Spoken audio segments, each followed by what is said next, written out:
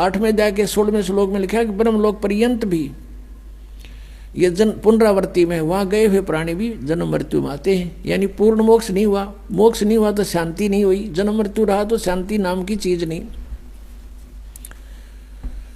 इसलिए गीता नंबर 8 के श्लोक नंबर 5 और 7 में अपनी स्थिति बताता है, मेरी भक्ति कर ओम नाम तय और मुझे प्राप्त होगा। और युद्ध भी करना पड़ेगा भाई, युद्ध भी कर। 8वें अध्याय के 8, 9, 10 3 मंत्रों में, श्लोकों में तुरंत कहा है कि उस परमाक्षर ब्रह्म की साधना करनी है तो उसको प्राप्त होगा, उसकी भक्ति करनी है तो उसको मिले, वो मिलेगा आपको, और मेरी करेगा तो मेरे पास रहेगा। ये नियम है।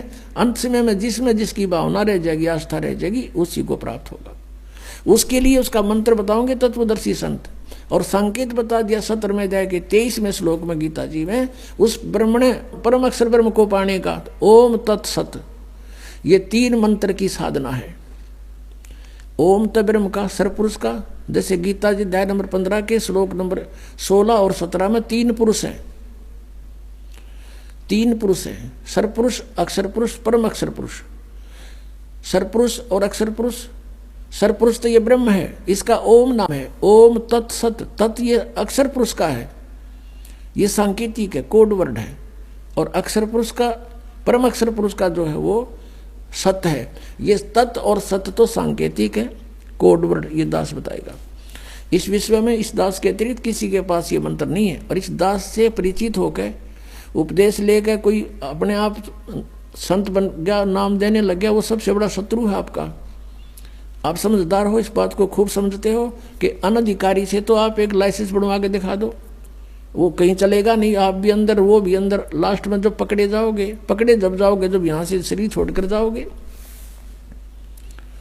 तो कोई भी आज इस दास के अतिरिक्त परमात्मा ने किसी के ऊपर ये मेहर नहीं की। हाँ, पहले महापुरुष मिले थे जिनको, उनको भी ये शरीर सभी नाम दिए थे, उनका कल्याण हुआ, लेकिन उनको मना कर दिया था कि अभी इस मंत्र का को डिस्क्लोज ना करना। धर्मदास तो लाख दुहाई, ये सार नाम किते बार ना जाई, सार नाम बार जो पढ़ी, ये बिचली पीढ़ी हंस नहीं तरही। अब ये बिचली पीढ़ी आ गई पुण्यात्मा, जहाँ आपका जन्म है। प्रथम पीढ़ी में परमात्मा स्वयं आए थे, प्रथम चरण में कलयुग के। अब ये बीच की पीढ़ी है, लास्ट की पीढ़ी नास्तिक हो जाएगी बिल्कुल, जो अब पार हो गए सो हो गए। ये हजारों वर्ष चलेगा, ऐसी बात नहीं है। परमात्मा का ये मार्ग एक पूरे विश्व में बहुत शांति होगी। हाहाकार या माया की दौड़ लग रही है, या खत्म हो जाएगी। शांति से सब भक्ति करा करेंगे, चोर उचक्के ये सब खत्म हो जाएंगे, क्योंकि हम परिचित हो जाएंगे। अगर किसी की आज हम चोरी करते हैं, अगले जन्म में गधा बन कर देना पड़ेगा, कौन समस्या मोल लेगा? अनजान बच्चे जिनको ज्ञान नहीं, वही बिजली के नंगे तार को छूते हैं। तो गीता जी अध्याय नंबर 8 के श्लोक नंबर 8, 9, 10 में कहा है कि वो ओम तत्सत का 3 मंत्र का जाप है, और वो बताओगा तत्वदर्शी संत, मैं नहीं परिचित उससे। उसकी भक्ति करनी है तो उसी को प्राप्त होगा, उसके लिए तत्वदर्शी संतों ने खोज ले, फिर वो जैसे बताए तू ऐसे कर ले। अब वो ना अर्जुन है मेरा, ना वो बतावे, तो अर्जुन ने आखिर में हार मान ली कि भगवान मैं आपकी जैसे कहोगे नहीं कर लूँगा, कर लेगा ठीक से, तो वहीं का वहीं रहा। तो कहने का भाव ये है कि हमने उस तत्ब्रह्म से और इस सारे कृष्णम अध्यात्मत, यानी सारे अध्यात्मत और अखिल कर्मों से, इन सब कर्मों से परिचित होना पड़ेगा। और उस तत्ब्रह्म से इनसे परिचित कराने के लिए आपको ये तत्व ज्ञान सुनाया जाता है सत्संग में बुला के। अपने आत्मा सबसे पहले हमने भगवान को पहचानना है, और किस परमात्मा की भक्ति करें, यानी किसी से आप जाओ, कोई संत है, सभी कहते हैं बदले रे भगवान तेरा काम आओगा, सभी कहते हैं कि भक्ति कर ले भाई, परमात्मा का नाम लेना चाहिए। फिर नाम क्या है? हरे राम हरे कृष्ण, कृष्ण कृष्ण हरे हरे, सीताराम राधे श्याम, राधे राधे श्याम मिला दे। बताओ ये नाम दें। कहते गीता और भागवत पढ़े ना बूझे शब्द ठिकाने नू, गीता पढ़े और गीता में मंत्र के बता रखा केवल ओनली वन ओम। उस परम अक्षर ब्रह्म के पाने का 3 मंत्र का जाप है, उससे वो खुद परिचित नहीं। तो गीता जी अध्याय नंबर 8 के श्लोक नंबर 8, 9, 10 में कहा है कि जब तत्वदर्शी संत तुझे मिल जाए और उनसे वो मंत्र प्राप्त करके फिर उसकी भक्ति करेगा तो उसको प्राप्त होगा, परम अक्षर ब्रह्म को, परम जीव पुरुष यानी उस मूल रूपी भगवान जड़ रूपी परमात्मा को प्राप्त हो जाएगा। और उस परमात्मा के जहाँ जाने के बाद लौटकर फिर संसार में कभी प्राणी नहीं आते। गीता ज्ञानदाता अपनी जानकारी दे रहा है गीता जी अध्याय नंबर 4 के श्लोक नंबर 5 और 9 में, और श्रीमद् भगवत गीता अध्याय नंबर 2 के श्लोक नंबर 17 में, गीता जी अध्याय नंबर 10 के श्लोक नंबर 2 में ये कहता है कि अर्जुन तेरे और मेरे बहुत जन्म हो चुके हैं, तो नहीं जानता मैं जानता हूं। और 10वें अध्याय के दूसरे श्लोक में गीता जी में कहा कि मेरी उत्पत्ति को ना ये देवता जानते और ना ये सिद्ध जानते, क्योंकि ये सब मेरे से उत्पन्न हुए हैं, मैं इनका आदि कारण हूं। तो पुण्यात्माओं, संतान अपने पिता की उत्पत्ति को नहीं जान सकता और पिता की उत्पत्ति को पिता का पिता यानी दादाजी बता सकता है। तो उस परमेश्वर ने स्वयं आकर के इस ब्रह्म की उत्पत्ति बताई है। अपनात्मा परमात्मा ने स्वयं आकर के अपना ज्ञान दिया और हमारे सदग्रंथ भी स्थान स्थान पर ये प्रमाणित करते हैं, लेकिन उन सदग्रंथों को हम समझ नहीं सके क्योंकि हमारे पास ये सृष्टि रचना रूपी या मास्टर की नहीं थी या मास्टर चाबी नहीं थी हमारे पास। ये सृष्टि रचना जो है पूरे अध्यात्म मार्ग को समझने की एक मास्टर की समझो, और जब तक ये नहीं समझ में आओगी इतने हम किसी सदग्रंथ को नहीं समझ सकते। अब जैसे गीता ज्ञानदाता कहता है कि मेरी उत्पत्ति को ये ऋषि और ये देवता ब्रह्मा विष्णु महेश ये नहीं जानते क्योंकि ये मुझसे उत्पन्न हुए। 10वें अध्याय के दूसरे श्लोक में गीता जी में कहा। तो इससे सिद्ध हो गया कि गीता ज्ञानदाता नासवान है, इसका जन्म मृत्यु होता है, ये ब्रह्म है। श्री कृष्ण जी में प्रवेश करके ब्रह्म बोल रहा है।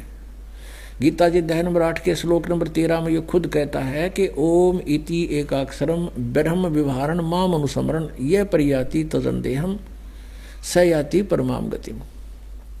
अपनात्माओं, इस पूर्ण अध्यात्म ज्ञान से परिचित कराना आपको दास का उद्देश्य है।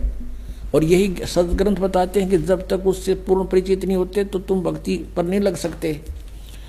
गीता जी अध्याय नंबर 2 के श्लोक नंबर 53 में कहा कि अर्जुन, जिस समय तेरी बुद्धि भिन्न भिन्न प्रकार के भ्रमित करने वाले वचनों से हटकर एक परमात्म तत्व के उस तत्व ज्ञान के ऊपर आश्रित हो जाएगी यानी दृढ़ हो जाएगा, तब तो तू योग को प्राप्त होगा, तब तो तू भक्ति प्रारंभ करेगा, स्टार्ट होगी तेरी भक्ति। जब दृढ़ भक्त बनेगा तो आपको दृढ़ भक्त बनाने के लिए ये अध्यात्म ज्ञान, यो कृत्स्नम अध्यात्म यानी संपूर्ण अध्यात्म ज्ञान आपके रूबरू कराया जा रहा है। अब देखिए थोड़ा सा लिंक इससे संबंधित हो गया। श्री शिव पुराण गीता प्रेस गोरखपुर से प्रकाशित, संपादक हनुमान प्रसाद पोदार, इसके 26 पृष्ठ पे दिखाते हैं आपको। एक बार ब्रह्मा जी और विष्णु जी का इस बात पर झगड़ा हो गया, विद्वेश्वर संहिता। वो कहता मैं तेरा बाप, वो कहता मैं तेरा बाप। ये 24 पृष्ठ से शुरू होता है। तो इनके युद्ध को समाप्त करने के लिए इस काल ब्रह्म ने, जो एक अपने वास्तविक रूप में प्रकट नहीं होता, इनके बीच में एक स्तंभ खड़ा कर दिया, पिलर लिंग, इसको बाद में शिवलिंग कहने लग गए। फिर ये युद्ध करके खड़े हो गए। फिर वो खुद आकर प्रकट हो गया शिव रूप में, यानी सदा शिव रूप में। जैसे ब्रह्मा विष्णु को मिला तो शिव रूप में प्रकट हो जाता है, ये ऐसे लीला करता है। अब 25 नंबर पृष्ठ पर आपको दिखाते हैं, यहाँ से थोड़ा सा लिंक है इसका। गीता प्रेस गोरखपुर से है, विद्वेश्वर संहिता। ब्रह्मा और विष्णु ने पूछा, प्रभु सृष्टि आदि 5 कर्तों के लक्षण क्या हैं, यह हम दोनों को बताइए। शिव भगवान शिव बोले, ये काल प्रकट हो गया ब्रह्म शिव रूप में, इनको धोखा देने के लिए। मेरे कर्तव्यों को समझना अत्यंत गहन है, तथापि मैं कृपा पूर्वक तुम्हें उनके विषय में बता रहा हूँ। सुनो, आगे बताती हैं। ये 26 पृष्ठ है। ब्रह्मा और विष्णु को कहता है, ये काल ब्रह्म पुत्रों, तुम दोनों ने तपस्या करके प्रसन्न हुए मुझ परमेश्वर से। अब परमात्मा कहते हैं, ये ज्योत स्वरूपी का निरंजनमय ही करता भाई, ये अपने आप को परमेश्वर कह रहा है यहाँ पर। मुझ परमेश्वर से सृष्टि और सतिथि नामक 2 कृत प्राप्त किए हैं, ये दोनों तुम्हें बहुत प्रिय है। इसी प्रकार मेरी विभूति रूप स्वरूप, यानी मेरे जैसी शकल के रुद्र और महेश्वर ने 2 अन्य उत्तम कृत संहार और तिरोभाव मुझसे प्राप्त किए हैं, परंतु अनुग्रह नामक कृत कोई दूसरा नहीं प्राप्त कर सकता। आगे देखो, ऐसे सिद्ध हो गया कि यहाँ ये पुराण का वक्ता जो है, पुराण जो बोलने वाला है, ये ब्रह्मा विष्णु से और रुद्र और महेश से न्यारा है। ये ब्रह्म है, ये काल है। यहाँ देखिए ये क्या कहता है, इसी पृष्ठ हम 26 पढ़ रहे हैं, संक्षिप्त शिव पुराण विद्वेश्वर संहिता। ये देखो, मैंने पूर्व काल में अपने स्वरूप भूत मंत्र का उपदेश किया है, जो ओंकार के रूप में प्रसिद्ध है। वह मंगलकारी मंत्र है। सबसे पहले मेरे मुख से ओंकार यानी ओम प्रकट हुआ, जो मेरे रूप का बोध कराने वाला है। ओंकार वाचक है, मैं वाच्य हूँ। यह मंत्र मेरा स्वरूप ही है। प्रतिदिन ओंकार का निरंतर स्मरण करने से मेरा ही स्मरण होता है। मेरे उत्तरवर्ती मुख से अकार का, पश्चिम मुख से उकार का, दक्षिण मुख से मकार का और पूर्ववर्ती मुख से बिंदु का तथा मध्यवर्ती मुख से नाद का प्राकट्य हुआ। ये 5 हैं। एक तो पश्चिम वाले मुक्त हैं, एक तो उत्तर वाले मुक्त हैं, एक पश्चिम के वाले मुक्त हैं, 2, 3 और 4 और 5वां बिंदु। ये मध्य तथा उत्तर वाले मुख से बिंदु और ये 5वां ये नाद। तो इस प्रकार ये 5 हो गए, एक उकार, मकार और आकार, आकार, मकार, उकार और मकार और बिंदु और नाद, ये 5 हो गए।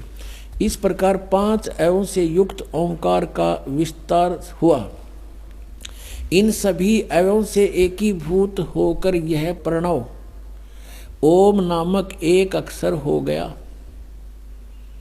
और ये मेरा मंत्र है। ये कहता ये मेरा मंत्र है, ओम एक अक्षर। ये ब्रह्मा विष्णु महेश से अलग है। ये काल ब्रह्म बोल रहा है शिव रूप में खड़ा होकर के। इन्होंने ये नीचे लिखा है कि ओम नमः शिवाय, ये 5 अक्षर का मंत्र है। ये गलत लिखा है, मूल संस्कृत में कहीं नहीं है। अब हमने ये देखना कि ये जो ओंकार नाम जिसका ओम मंत्र है, ये ब्रह्म है, ये ब्रह्मा विष्णु महेश से अलग है। ये कृष्ण के अंदर प्रवेश करके श्री कृष्ण में बोल रहा है गीता जी को। ये यहाँ भी ये कह रहा मेरा ओम मंत्र है। अब इससे ये स्पष्ट हो गया कि गीता जी का ज्ञान ये काल बोल रहा है और श्री कृष्ण में प्रवेश होकर बोल रहा है। और ये कह रहा है कि मेरा तो एक ओम अक्षर है, ओम इति एक अक्षरम ब्रह्म विवरण माम अनुसमरण यह प्रयाति तदंदेहम सयाति परमाम गतिम। मुझ ब्रह्म का एक ओम अक्षर है, एक अक्षर है, नथिंग एल्स।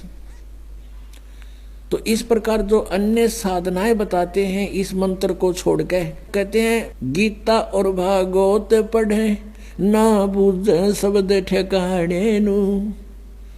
गीता और भागवत पढ़े, गीता में कहीं लिखा है हरे कृष्ण कृष्ण कृष्ण हरे राम लिख रखा कहीं? फिर गीता जी को पढ़ किस लिए रहे हो? और लोक वेद को आधार बनाए हुए अपना जीवन व्यर्थ कर रहे हो।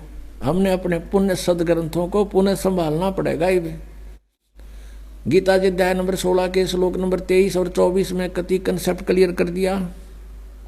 शास्त्र विधि को त्याग कर जो मनमाना आचरण करते हैं उनको न तो सुख होता है, ना गति होती है और ना उनको कोई सिद्धि यानी प्राप्त होती, क्योंकि सिद्धि हमें सतलोक लेके जाएगी, हमने उसको दुरुपयोग नहीं करना, तो उसको कोई सिद्धि नहीं प्राप्त होती है, उसका कार्य जो उद्देश्य लेकर आया है वो सिद्ध नहीं हो पाता। और 24वें श्लोक में कहा, इससे तेरे लिए अर्जुन कर्तव्य और अकर्तव्य की व्यवस्था में शास्त्र ही प्रमाण है, किसी की दंत कथा पर मत विश्वास करना, जो सदग्रंथों में लिखा वही मानना। आज पुण्यात्मा जो हमारे सदग्रंथ बता रहे हैं, हमने इस अनुसार साधना करनी पड़ेगी। अब हमारे सदग्रंथ क्या बताते हैं? परमात्मा कहते हैं सबसे पहले हमें इस कंप्लीट जो संपूर्ण ध्यात्म ज्ञान से परिचित होना पड़ेगा और तत्ब्रह्म से परिचित होना पड़ेगा। वो कौन है, कैसा है और कहाँ रहता है। ऋग्वेद मंडल नंबर 9 सूक्त नंबर 86 के मंत्र 26-27 में, ऋग्वेद मंडल नंबर 9 सूक्त 82 के मंत्र 1-2 में, ऋग्वेद मंडल नंबर 9 सूक्त 96 के मंत्र 16 से लेकर 20 तक, और भी अनेक स्थानों पर ऋग्वेद मंडल नंबर 9 सूक्त नंबर 1 और मंत्र नंबर 8-9 में ये स्पष्ट किया हुआ परमात्मा कैसी लीला करता है। तो हमने सबसे पहले परमात्मा को पहचानना है कि वो परमात्मा कौन है और कैसी लीला करता है।